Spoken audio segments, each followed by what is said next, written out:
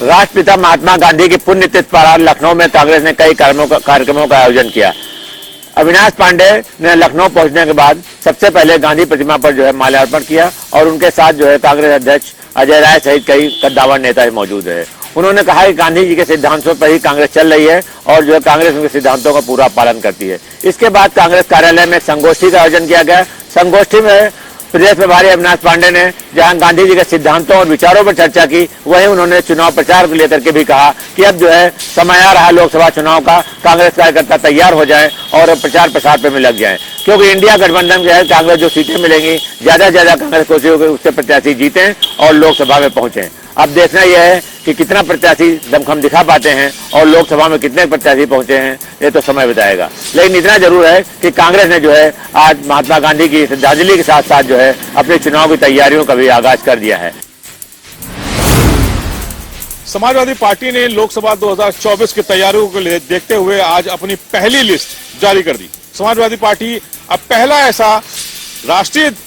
एक राजनीतिक दल है जिसने प्रत्याशियों की लिस्ट जारी की है। 16 ऐसे प्रत्याशियों के नाम का ऐलान किया गया है जिनको समाजवादी पार्टी मैदान में उतारेगी। इसमें मैनपुरी से डिंपल यादव और बदायूं से धर्मेंद्र प्रधान का नाम शामिल है, जिनको लेकर पहले से चर्चा थी कि इन दोनों को प्रत्याशी बनाया जाएगा। लखनऊ से रविदास मेहरोत्रा है,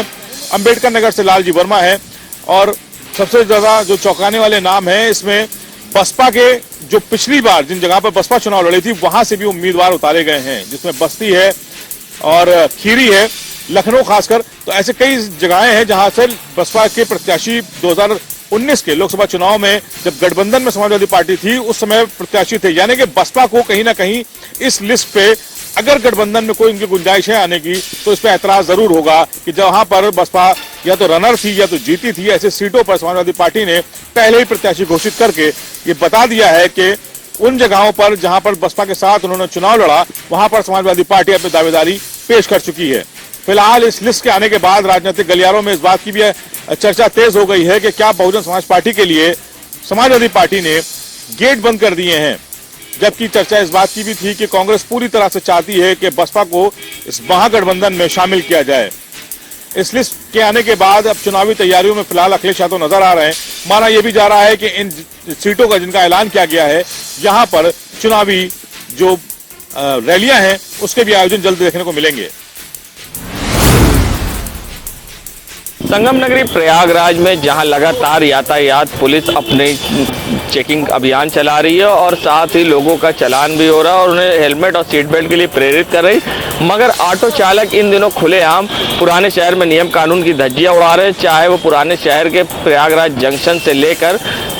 मानसरोवर की सड़कें हों, इन सड़कों पर ऑटो चालक वाहन से लटक कर सफर करते दिखाई देते हैं और खुलेआम नियम कानून की धज्जियां उड़ाते हैं, जिससे कई बार हादसा भी होता है और लोग दुर्घटनाग्रस्त भी होते हैं। मगर जिम्मेदारों की लापरवाही कहें या अनदेखी, जिसके कारण इस तरह की घटनाएं अक्सर होती हैं, इन पर किसी तरह का लगाम नहीं लग पा रहा है और खुलेआम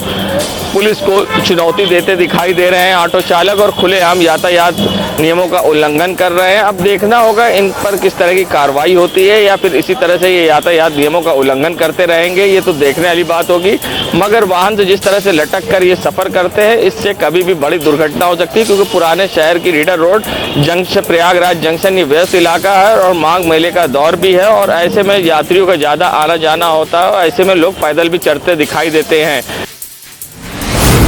नव भारतीय किसान संगठन के बैनर तले कलेक्ट्रेट में दिन भर चले धरना प्रदर्शन में जिले भर के किसान शामिल हुए, जिन्होंने गोल चबूतरे पर जोरदार प्रदर्शन करते हुए सरकार के एमएसपी पर जल्द से जल्द कानून बनाए जाने एवं किसानों का कर्ज माफ किए जाने और नया कर्ज लेने पर कानूनी प्रक्रिया के तहत कर्जा वसूला जाए, खेती को मनरेगा से जोड़ा जाए ताकि किसानों को रोजगार मिल सके और खेती भी सही तरीके से की जा सके। किसानों ने मांग की कि उनके बच्चों को स्नातक तक की पढ़ाई मुक्त की जाए। नव भारत किसान संगठन के जिला अध्यक्ष राकेश वर्मा ने बताया कि सरकार को चाहिए कि वरिष्ठ किसानों को 5,000 रुपये पेंशन दे, साथ ही कृषि भूमि पर लगाए गए वृक्षों को वन संरक्षण कानून से बाहर किया जाए, वृद्धा और विधवा पेंशन को दोबारा शुरू किया जाए, आवारा पशुओं से किसानों को निजात दिलाई जाए ताकि किसानों को रात दिन खेतों की रखवाली न करनी पड़े, किसानों को 300 यूनिट बिजली मुफ्त दी जाए, एक्सप्रेस ट्रेनों में जनरल डिब्बे बढ़ाए जाए और एक्सप्रेसवे में उनका टोल टैक्स माफ किया जाए।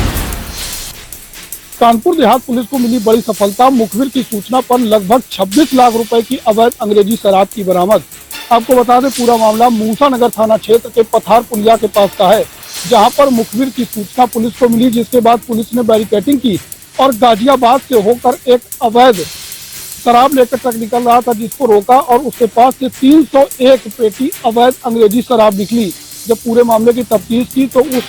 ट्रक के साथ एक युवक को भी गिरफ्तार किया जो हमीरपुर जिले का रहने वाला था। उसका नाम राहुल पटेल था। पूरे मामले की तफ्तीश की और इसके बाद साफ यह हुआ कि यह अवैध शराब कहीं और बिक्री के लिए जा रही थी। पुलिस ने बताया कि इस पूरे मामले में लगभग 26 लाख रुपए की शराब बरामद हुई है। इस टीम को भी पुरस्कृत किया जाएगा और कहीं न कहीं अपराध और अपराधियों पर नकेल भी कसेगी।